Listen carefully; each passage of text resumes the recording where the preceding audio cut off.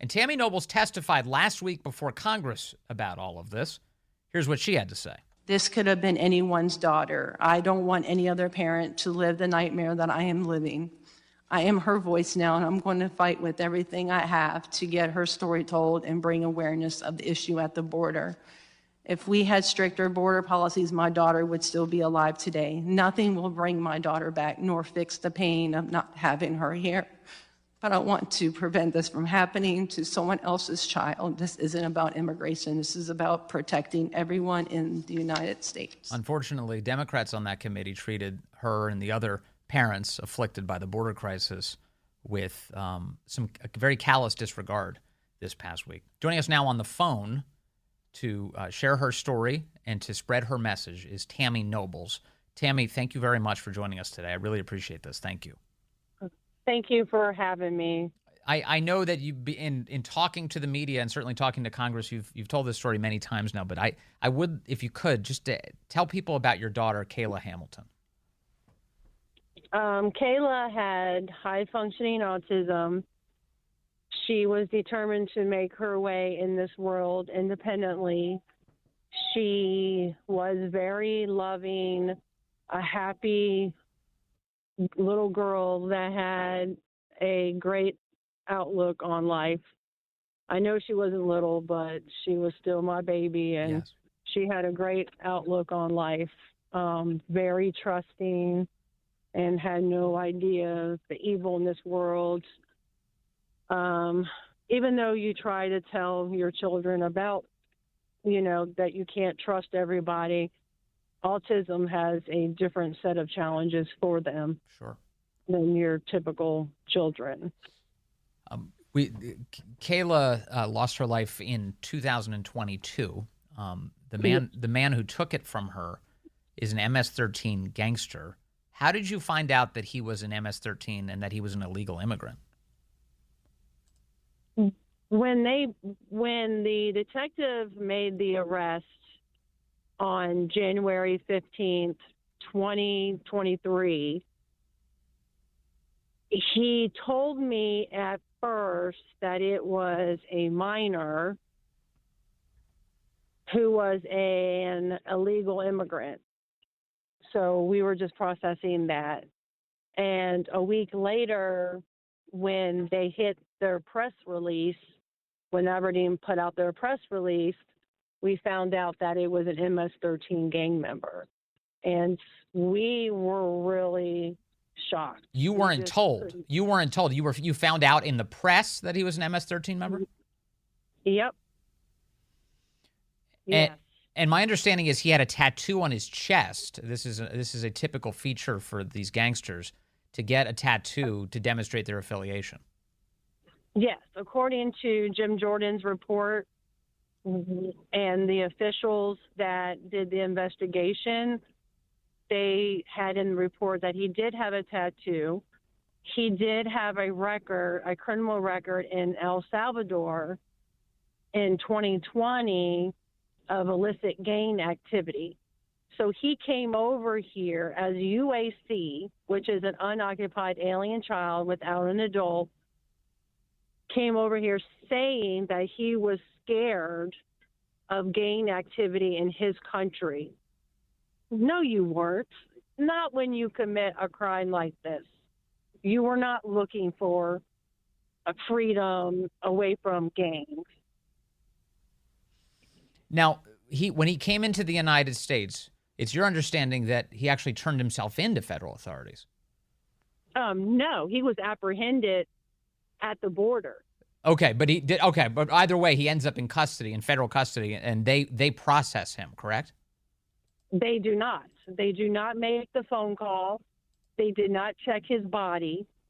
They allowed him to go with an unverified sponsor. They don't even know who they released him to.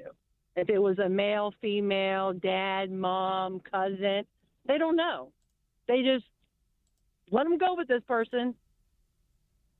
They casually released him into the country, and you've discovered that they never checked to see if he had a tattoo or any gang affiliation whatsoever. No, they did not check at all until after It took the Aberdeen Police Department to find out that he was an MS-13 gang member. What does that tell you about the federal government? That they're not doing their job, and they're just letting anyone come over. And they're not protecting. And there's no, they're not protecting. And you don't know how many other UACs were released here that are just like Kayla's murderer.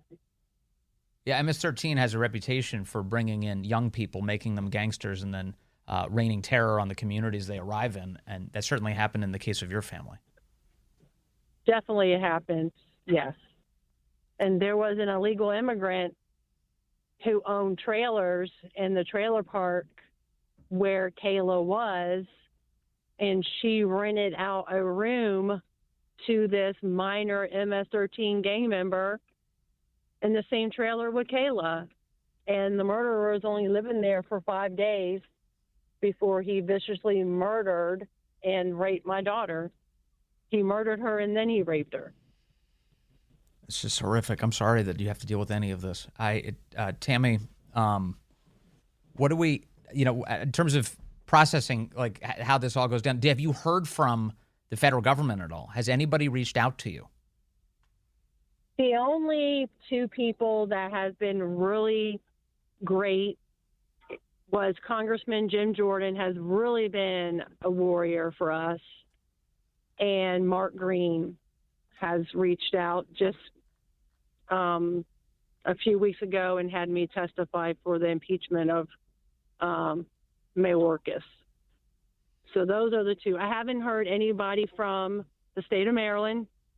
I haven't heard anything from the state of Virginia, where she was born and raised. She was born in Chesapeake, Virginia, and was raised here in Norfolk. And she was living in Maryland. I haven't heard anything from anybody else. Definitely haven't heard anything from the Biden administration or Biden himself. So the Department of Homeland Security, which you are now suing for $100 million, hasn't thought to once pick up the phone and talk to you about how all of this happened?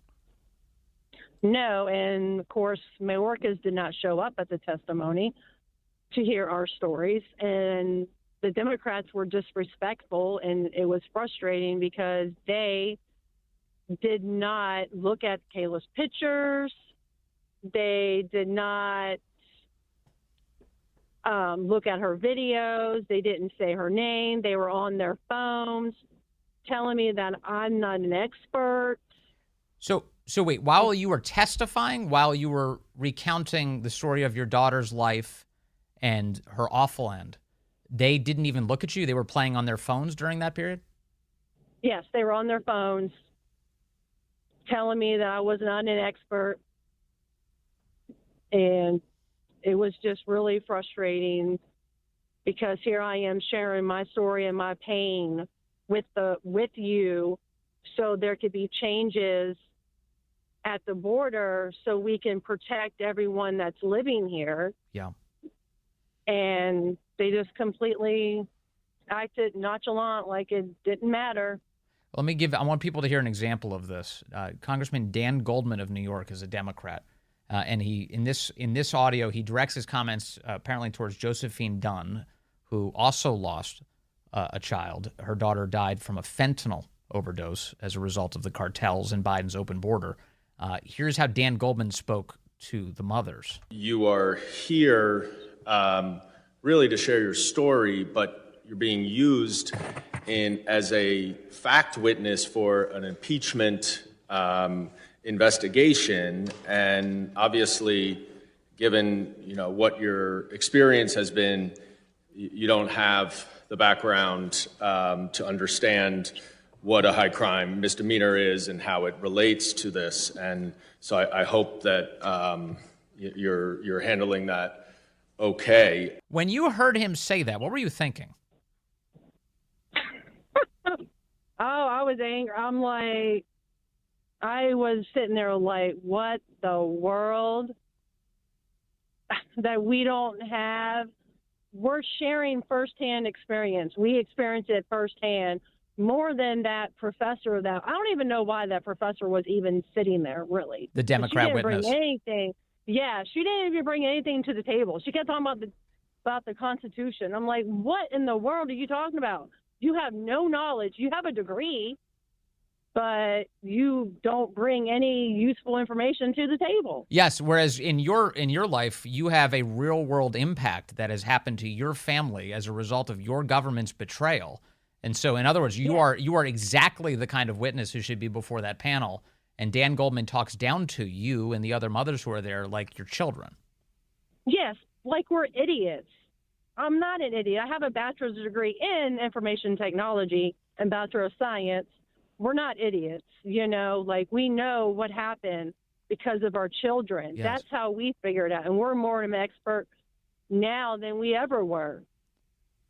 Yeah, it's unfortunately. This is awful. Tammy Nobles, I am I'm in awe of you, and I'm grateful to you for sharing your story and Kayla's story. Thank you for coming on with us. Please come back again at some point. We'd like to get an update from you on what your efforts are in terms of dealing with the government and seeing if you can't get anything back from them after all of this. Thank you very much, Tammy. Oh, thank you for having me. Of course. Very nice to talk to you. My thanks again to Tammy Nobles. Always difficult to do an interview with someone who's had that much trauma in their family. Just hearing each word she said, my heart went out to her. Glad she could join us today. Very, very grateful for that.